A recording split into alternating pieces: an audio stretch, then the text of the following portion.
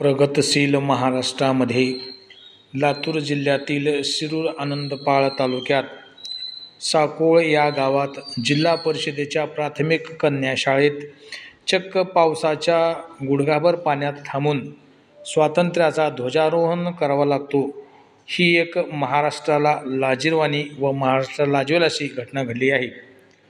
शासन या शाळेस अनेक माध्यमातून फंड उपलब्ध करून दिले, तर तो फंड गेला कुठे? का तो फंड व्यवस्थापन समितीच्या घशात गेला का? शासन करोड रुपये खर्च करूनही जर शाळेची अशी दुरावस्था असल्यास याकडे शासन लक्ष देणार का? असाही प्रश्न उपस्थित जनतेच्या मनात होत आहे।